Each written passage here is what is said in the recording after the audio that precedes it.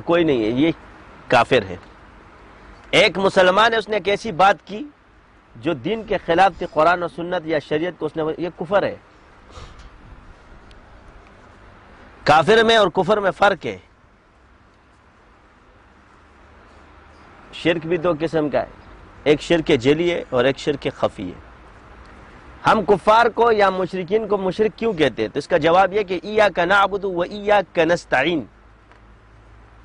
تو یہ صرف استعانت لیتا ہے، یہ شرک خفی ہے۔ جو عبادت بھی کرتا ہے یہ شرک جلی ہے۔ جب وہ غیر اللہ کی عبادت بھی شروع کر دے تو یہ شرک جلی ہو جائے گا، یعنی نماز بھی اس کے لیے، عبادت بھی اس کے لیے۔ اور جب تک استعانت ہے تو کفار جتنے ہیں یا مشرک ہندو ہے، یہ بتوں کی عبادت کرتے ہیں، پوجا کرتے ہیں۔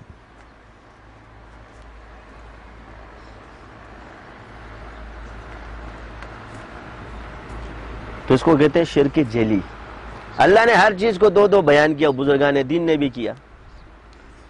تو جتنے پچھلے بزرگان دین گزرے ہیں انہوں نے ہر چیز کو وضاحت کے ساتھ دو دو بیان کیے، یہ جائز ہے، یہ ناجائز ہے، یہ حلال ہے، یہ حرام ہے۔ کلی کسی چیز کو انہوں نے حرام نہیں کہا کہ بس یہ کلی حرام ہے۔ مگر آج ایک قاعدہ نکلا ہوا کہ کلی چیز حرام ہے۔ کشف کی انہوں نے دو قسمیں بیان کی، تین، کشف رحمانی، کشف شیطانی، کشف نفسانی۔ آج کہتے ہیں پورا ایک ہی قاعدہ، سارا کلی غلط۔ خواب کی تین قسمیں بیان کی انہیں، کشف، خواب رحمانی، خواب شیطانی، خواب نفسانی۔ آج ایک ہی خواب میں سب کو رگڑا لیا جاتا ہے، بس ختم۔ اسی طرح کرامت اور جادو کے اندر فرق بیان کیا ہے، مگر آج کل جادو کے تو قائل ہے مگر کرامت کے قائل آپ کو نظر نہیں آئیں گے، حتیٰ کہ کرامت کو بھی جادو کہیں گے۔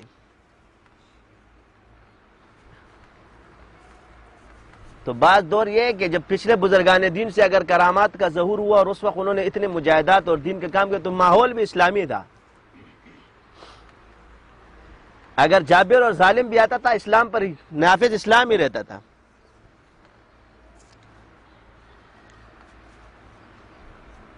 کفر غالب نہیں تھا، اسلام غالب تھا۔ مسلمان آپس میں ٹکراتے تھے، کافروں میں اتنا دم نہیں تھا کہ ان سے لڑتے۔ کفار کا غلبہ تو بر صغیر سے شروع ہوا ہے۔ جب خلافت عثمانیہ ٹوٹی ہے، یہ بھی آپس کی لڑائی سے ٹوٹی تمہاری۔ ایک کو بنا دیا توحیدی، دوسرے کو بنا دیا بدعتی۔ یہ فساد یہاں سے شروع ہوا ہے، ایک توحیدی بن گئے، دوسرے بدعتی بن گئے۔ بس اس کے بعد مسلمانوں کا شیرازہ بکھرا۔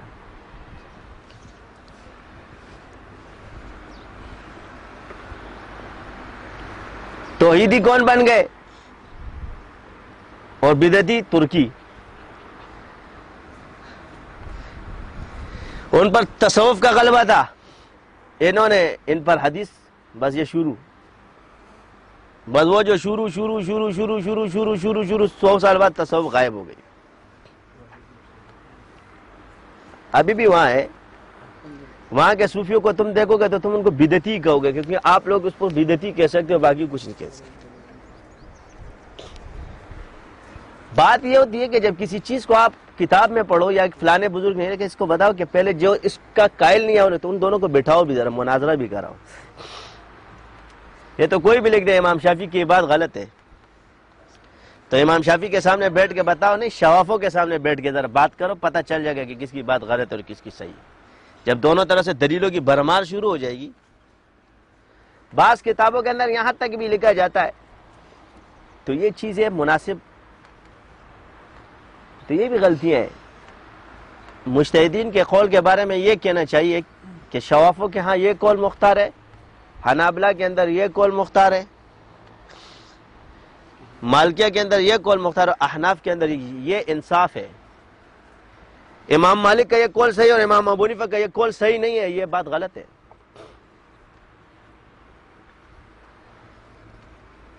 آپ لوگوں کو یہ اختیار اللہ نے نہیں دیا ہے، جو اختیار اللہ تعالیٰ نے کہ ہوتے ہوئے اللہ نے اس کو پسند فرمایا ہے کہ وہ فیصلہ کرے اور حضور کو وحی کے ذریعے بتا سکتے تھے. جب ان کو نہیں بتایا تو جب وحی کا بھی دروازہ بند ہے تو آپ کون ہوتے اس پر دلائل دینے والے؟ جس دور میں آپ علیہ السلام کے سامنے صحابہ کے اجتہاد کا فیصلہ ہے تو آپ علیہ السلام نے سکوت اختیار کیا، فیصلہ ہی نہیں فرمایا، تو آپ کون ہوتے فیصلہ کرنے والے؟ وہ نماز کا صاف واقعہ موجود ہے.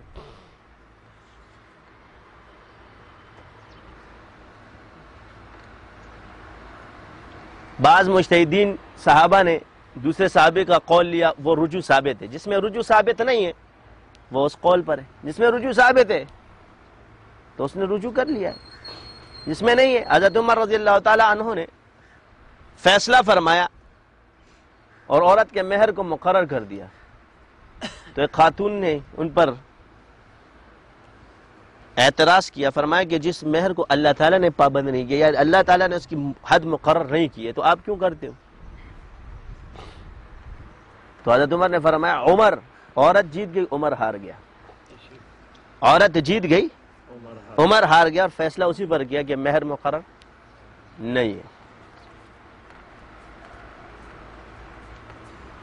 تو جب مجتہد تھے صحابہ، خلیفہ راشد تھے، دیکھو ایک خاتون ہے وہ ان سے درجے میں بھی کم ہے، وہ یہ فیصلہ کرتے ہیں. مگر آج کل اگر کسی کے پاس کو وہ ڈٹا رہے گا، یہ کیا ہے؟ یہ وہ میٹھا زہر جس کو کہتے ہیں تکبر.